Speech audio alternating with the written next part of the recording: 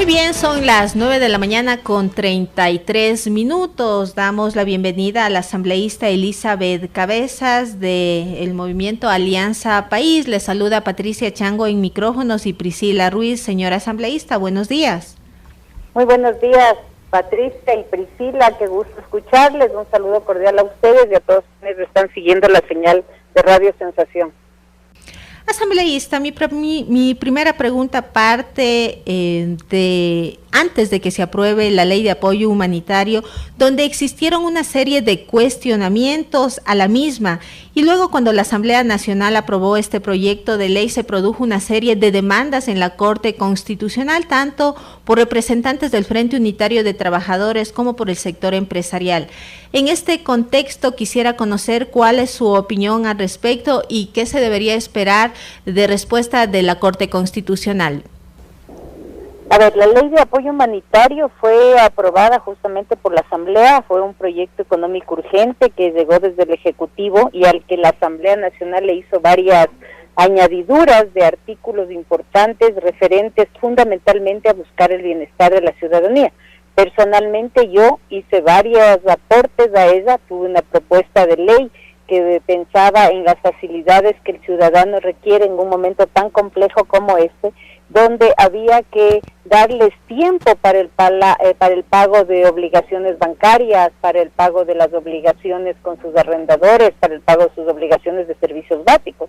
Así que realmente esa ley fue humanizada en la Asamblea Nacional cuando pudimos incorporar todos estos puntos de vista que realmente ayudaron a la ciudadanía en cosas prácticas, que es lo que la gente este rato necesita. La gente está sin trabajo, la gente ha sido despedida de sus lugares de labores, ha cerrado sus negocios, ha reducido sus niveles de venta, por lo tanto no tienen dinero en los bolsillos como para pagar todas esas obligaciones. Es por eso que nosotros vimos la necesidad y personalmente, como lo he dicho, planteé ampliar los plazos sin recargos de mora, sin ningún tipo de recargos para que la gente tenga liquidez y pueda cubrir con esas obligaciones oportunamente. Asambleísta, veamos lo que se ha cumplido y lo que no en la ley humanitaria, puesto que ahí dice que el Ministerio de Educación debe brindar todas las facilidades y también incentivos para la implementación de sistemas de educación en modalidad virtual. ¿Cómo se ha implementado esta ley respecto a personas que carecen de recursos económicos para obtener, digamos, una computadora, un celular e incluso la accesibilidad de Internet? Recordemos que salió una noticia donde se verificaba, ¿no?, en un sector de Manabí, donde habían jóvenes que se subían a los árboles para poder acceder a Internet. Bueno, de hecho hay que tener la claridad de que en el país hay una deficiencia del servicio de Internet, por eso es que este sistema de educación a través de los medios virtuales representa un reto no para la Asamblea, sino para el Ejecutivo, que es quien tiene que dotar de todos estos servicios, de implementar rápidamente esta cobertura, y también para las empresas de telefonía particular que tienen un gran negocio alrededor de la venta del Internet. Entonces aquí realmente ningún país estuvo preparado para una situación como esta. Han habido problemas en varios ámbitos, pero evidentemente se han develado las falencias estructurales que tiene el Ecuador, y sobre eso es lo que hay que trabajar. Yo creo que si algo de positivo va a tener esta tragedia es que definitivamente va a marcar las prioridades que el país tiene hacia el futuro, en donde debemos entender que hay cosas que son básicas y elementales, que la población no puede carecer de ellas, y que si queremos tener estos sistemas generalizados de educación virtual, no lo podríamos hacer si no tenemos un sistema de Internet que llegue a casi todos los rincones del país. Entonces aquí hay que complementar además con todos los medios de información como son radios y televisoras gubernamentales. Usted ve que hay canales incautados por el gobierno que en este momento podrían dedicar gran parte de sus horarios para que transmitan los currículums de la educación, en lugar de estar pasando películas de narcotráfico. Entonces creo que aquí deben haber prioridades que son fundamentales y que en este momento tienen que ser marcadas y puestas ya a ejecución de manera inmediata. Asambleísta, pero bueno, eso quedaría ya en manos del gobierno nacional. Usted indicó que ha realizado una serie de aportes a la propuesta de la ley humanitaria que en la actualidad ya está vigente. Entre ellos destacó usted el pago de las obligaciones bancarias. ¿Usted ha hecho seguimiento al respecto? ¿Las instituciones bancarias están tomando conciencia de que muchos de los ciudadanos, como usted indicó, son más de 240,000 ciudadanos que se han quedado sin empleos y por ende con deudas? De hecho, esa es una de las principales prioridades. Lamentablemente debo decir que creo que uno de los ausentes de la sensibilización de estos momentos críticos del país es la banca.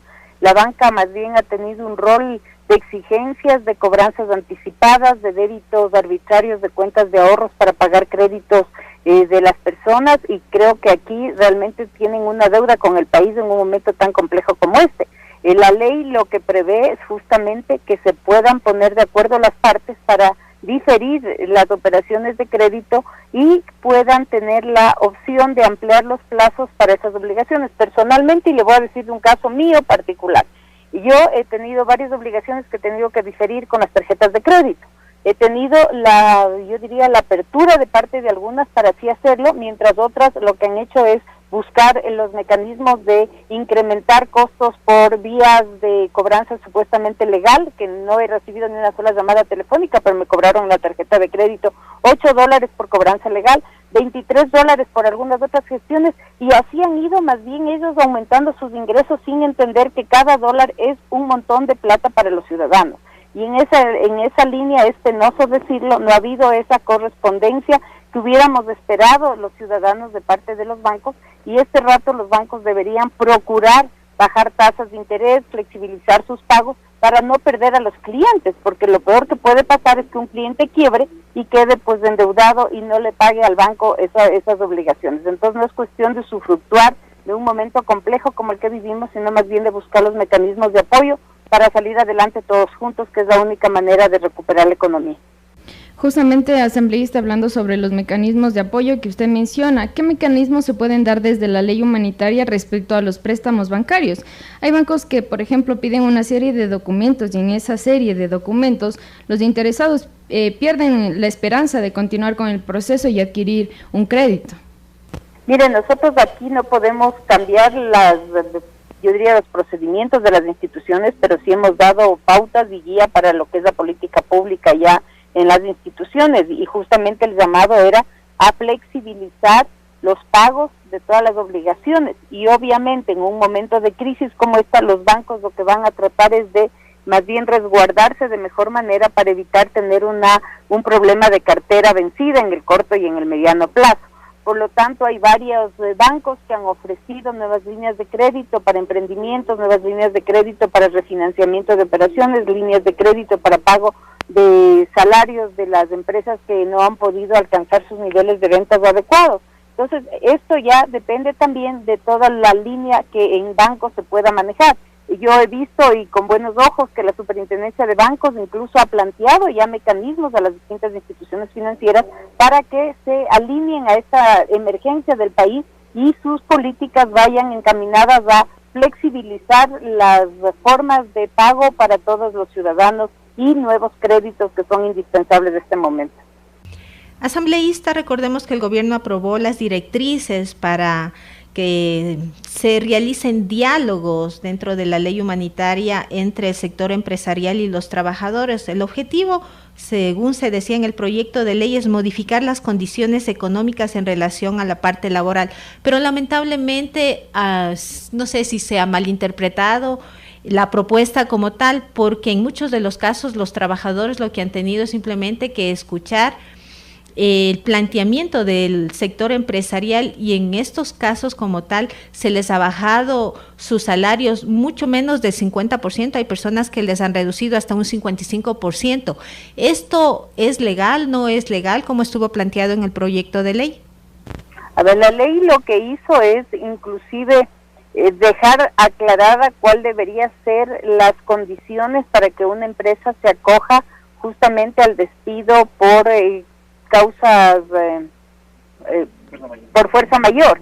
Entonces, esta causal de fuerza mayor, que fue mal interpretada o vivamente interpretada por algunos empresarios, hizo que despidan a muchísimas personas sin que la empresa cierre sus sus plantas y sus operaciones de manera definitiva, que es la única interpretación que existe para la causal de fuerza mayor. A pesar de que eso no se dio, las empresas en muchos casos despidieron a sus empleados. Es por eso que en la ley se clarificó este punto, dejando claramente establecido cuáles son las únicas circunstancias en las cuales los empleados pueden salir por esta causal, que es el cierre definitivo de la empresa. No es el cierre de una línea de producción, no es el cierre parcial, sino es el cierre definitivo de la empresa. Es por eso que usted habrá escuchado, hay muchísimas demandas de este rato en el Ministerio de Trabajo, justamente porque hay ciudadanos que fueron despedidos bajo esta causa sin que sea cumplida las condiciones que la ley así lo establece. Entonces esto ya va a un ámbito legal de reclamación y tendrán que obviamente ser resarcidos con los valores que legalmente les correspondían. Asambleísta, tenemos una pregunta de uno de nuestros oyentes. Él nos consulta si es que el próximo mes se realizará el pago del 14º. ¿Este valor debe ser entregado al trabajador en su totalidad o cuál sería la situación al respecto sobre el 14º? Mire, legalmente corresponde, así ha sido todo el tiempo. Sin embargo, yo debo comentar, dada la situación y la crisis que ha habido en este momento, hay muchas empresas que están llegando a acuerdos con sus trabajadores para evitar despedirlos. Este rato yo creo que tanto del lado de los trabajadores cuanto de los empleados debemos tener un nivel de comprensión distinta porque la situación así lo amerita. En el sector público muchos años no se había dado, pero ahora en el sector público ya los pagos de los salarios no se dan a fin de mes como era una costumbre, ahora se dan con muchísimo tiempo de retraso. Estamos hablando de que hoy es 20 de julio y todavía no se han pagado salarios del mes de junio. Entonces, entendiendo que hay una crisis, entendiendo que la situación no es una situación lógica y normal, yo en muchas ocasiones hago un llamado a que los trabajadores también flexibilicen un poco eso, a pesar de que entendemos de que hay mucha gente que vive del dinero que recibe sus salarios al día, entonces se complica, pero ha generado esto una cola de retrasos y por eso todo lo que hablamos antes del tema de tarjetas de crédito y de bancos, porque esto es una cadena de retrasos que obliga a que todos nos alineemos a la situación que se está viviendo. Asambleísta, con esto usted me quiere dar a entender que para el próximo mes también debe haber un acuerdo para el pago del 14º. Los trabajadores deben estar pendientes de ver qué les dice el sector empresarial, si van a poder recibir el 14º o les van a dar en partes. No, yo lo que le quiero decir es que hay una crisis y que posiblemente hay empleadores que no van a poder cubrir porque no lo han hecho ni siquiera con los salarios ordinarios, menos aún van a poder hacerlo con los salarios extraordinarios como es este. Entonces, en esa línea yo espero que se pueda y que todos puedan cumplir con estas obligaciones a tiempo como manda la ley, pero la realidad que vivimos del día de hoy no es esa realidad. La realidad es distinta, la realidad obliga a que mucha gente fue despedida, a que muchas personas están trabajando medio tiempo porque es mejor ganar la mitad a no ganar nada. Entonces, de este rato hay que ser, yo diría, comprensibles con lo que está sucediendo, pero obviamente eso no limita a que se deje de cumplir con lo que la ley manda. Asambleísta, tenemos otra consulta de un oyente. Él dice que está consciente de que la ley entró en vigencia hace algunas semanas atrás, pero ¿esta ley es retroactiva o no? Es lo que nos consultan. No, la ley no es retroactiva, rige a partir de la fecha de su promulgación en el registro oficial. Por eso es que justamente nosotros como asamblea no nos tomamos los 30 días que la ley manda para tratar un proyecto económico urgente, sino que lo hicimos en el menor tiempo posible, entendiendo que las circunstancias de la pandemia obligaban a tomar medidas rápidas y urgentes. Entonces lo hicimos en el menor tiempo posible, pero lastimosamente no es retroactivo.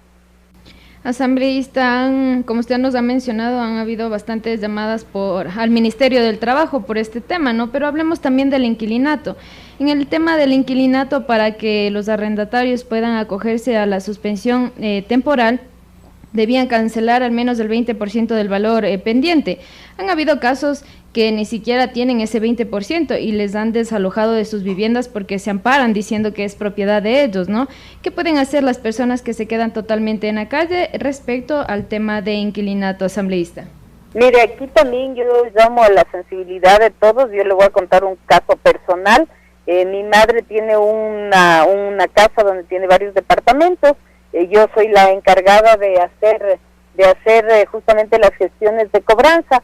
Y fíjese que muchos de ellos no tienen para pagar, pero entendiendo la circunstancia, lo menos que uno puede hacer es ponerte, yo diría, a vulnerar más las necesidades de estas personas. Hemos llegado a un acuerdo y obviamente ellos no han pagado estos últimos 2, 3 meses. Claro, es gente que nosotros conocemos y todo lo demás, y posiblemente como haya en varios casos, ya depende de la relación que haya con los dueños de casa y con los inquilinos. Yo creo que estas posiciones extremas de desalojo ya se llevan además en el ámbito legal y judicial, y no siempre son por esta causa, sino pueden ser ya el resultado de retrasos anteriores o de incumplimientos dentro de los términos del contrato.